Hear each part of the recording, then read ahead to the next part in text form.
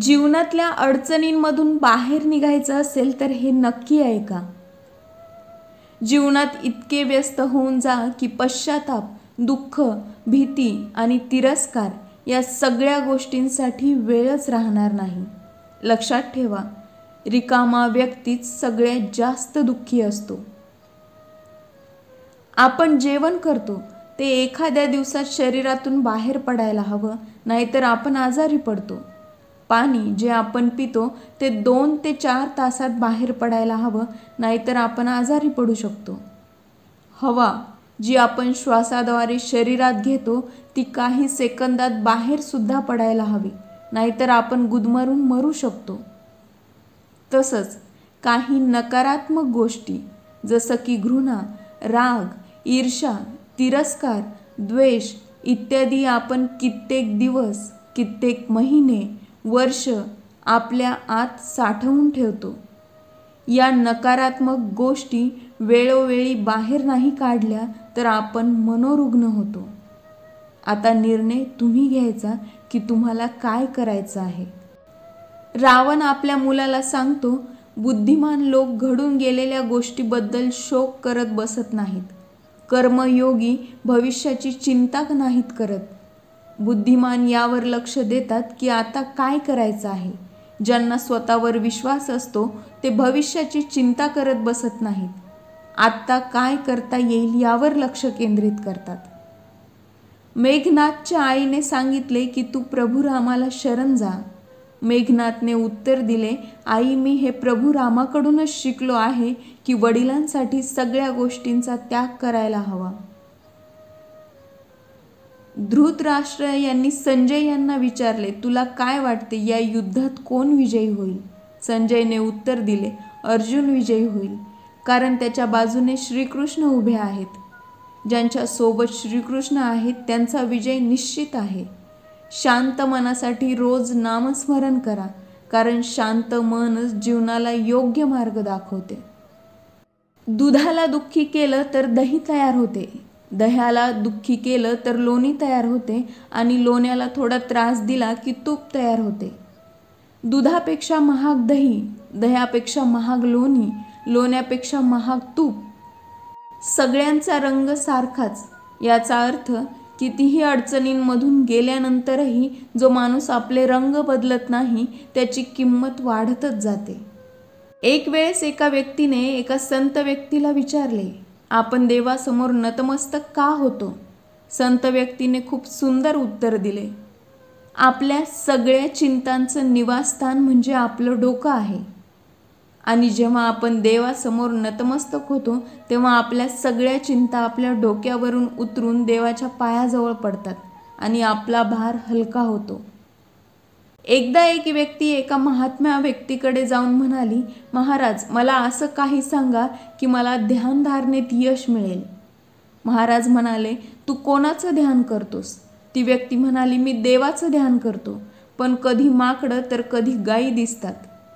महाराज म्हणाले, ठीक आहे, आजपासून तू माकडांचं ध्यान करायचं नाहीस. ती व्यक्ती जेवढं जास्त ठरवते की आज ध्यानधारणेत माकडांचा विचार करायचा नाही, तेवढं त्या व्यक्तीला त्याच्या ध्यानधारणेत माकडं दिसतात. कंटाळून तो व्यक्ती महाराजाकडे जातो आणि म्हणतो, महाराज हे काय रहस्य सांगितले? मी जितका जास्त माकडाचा विचार नाही करायचा म्हणतो तेवढं जास्त माकड मला ध्यानाला बसल्यावर का दिसते? महाराज हसून म्हणाले, या काळात कधी तुला गायीची आठवण झाली का? कधी ध्यान करताना गाय दिसली का? तो व्यक्ती म्हणाला, नाही, गाय नाही दिसली, माकडच दिसत होते. महाराज हसून बोलले, हेच तर रहस्य आहे ध्यानधारणेचं. त्या गोष्टीबद्दल विचार नाही करायचा जी तुला नकोय, त्याच गोष्टीचा विचार करायचा जी तुला हवी आहे. एक संत व्यक्ती शहराच्या बसस्टँडच्या जवळ एका झाडाखाली माळ जप करत बसला होता. एक इंग्रज व्यक्ती बसमधून उतरली आणि या संत व्यक्तीच्या जवळ येऊन म्हणाली, बाबा हे तुमच्या हातात काय आहे? त्या व्यक्तीने त्या इंग्रज व्यक्तीच्या बंदुकीकडे पाहून उलट प्रश्न केला, तुझ्या हातात काय आहे? इंग्रज व्यक्ती म्हणाला, हे माझे हत्यार आहे. बाबा म्हणाले, मग माझ्या हातात देखील माझं हत्यार आहे. इंग्रज व्यक्तीने विचारले, हे हत्यार काय काम करते? बाबाने विचारले, तुझं हत्यार काय काम करतं? इंग्रज व्यक्ती झाडावर बसलेल्या पक्ष्याला बंदुकीतून गोळी मारून खाली पाडतो आणि सांगतो, हे काम करते माझे हत्यार. बाबाने त्या पक्ष्याला हातातील माळ घातली आणि राम म्हटले. तो पक्षी जागा होऊन उडू लागला. बाबा म्हणाले, हे काम आहे माझ्या हत्याराचं. पृथ्वीवर असा एकही व्यक्ती नाही ज्याला समस्या नाही आणि अशी एकही समस्या नाही जिला उत्तर नाही. समस्येचा विचार केला तर बहाणे मिळतात आणि त्याचं समाधान शोधायला लागलात की उत्तर सापडतात. आयुष्याला सोपं नाही, फक्त स्वतःला थोडं मजबूत बनवावं लागतं. योग्य वेळ कधी येत नाही, वेळेला योग्य बनवावं लागतं. एक व्यक्ती रोज ऑफिसमधून घरी आली की कुत्र्याची काही पिल्लं त्याच्या जवळ यायची, कारण तो रोज त्यांना बिस्किटं खायला द्यायचा. एक दिवस तो घरी आला आणि पिल्लं त्याच्या जवळ आली. त्याने बघितलं, आज घरात बिस्किट नव्हते. रात्र खूप झाली होती, दुकाने बंद झाली होती. पिल्लं बिस्किटांची वाट बघू लागली. त्या व्यक्तीला वाटले, काही हरकत नाही, उद्या खाऊ घालू बिस्किटं, आणि त्याने दरवाजा लावून घेतला. काही वेळाने त्याच्या लक्षात आले, आज घरात पाहुणे आले होते तेव्हा त्यांच्यासाठी काही बिस्किटं आणले होते. त्यातले बिस्किटं आपण पिल्लांना टाकूयात. त्याने डब्बा उघडला.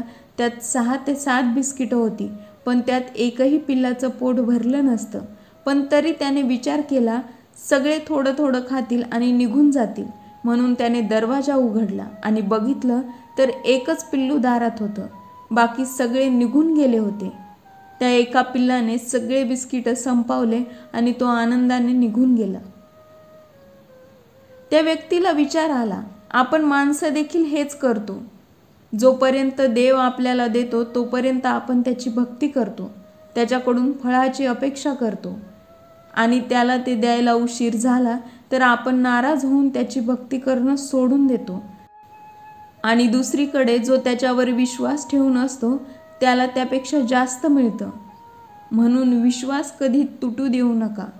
उशीर होत आहे म्हणजे काहीतरी जास्त चांगलं होणार आहे हे कायम लक्षात असू द्या आणि विश्वास टिकवून ठेवा.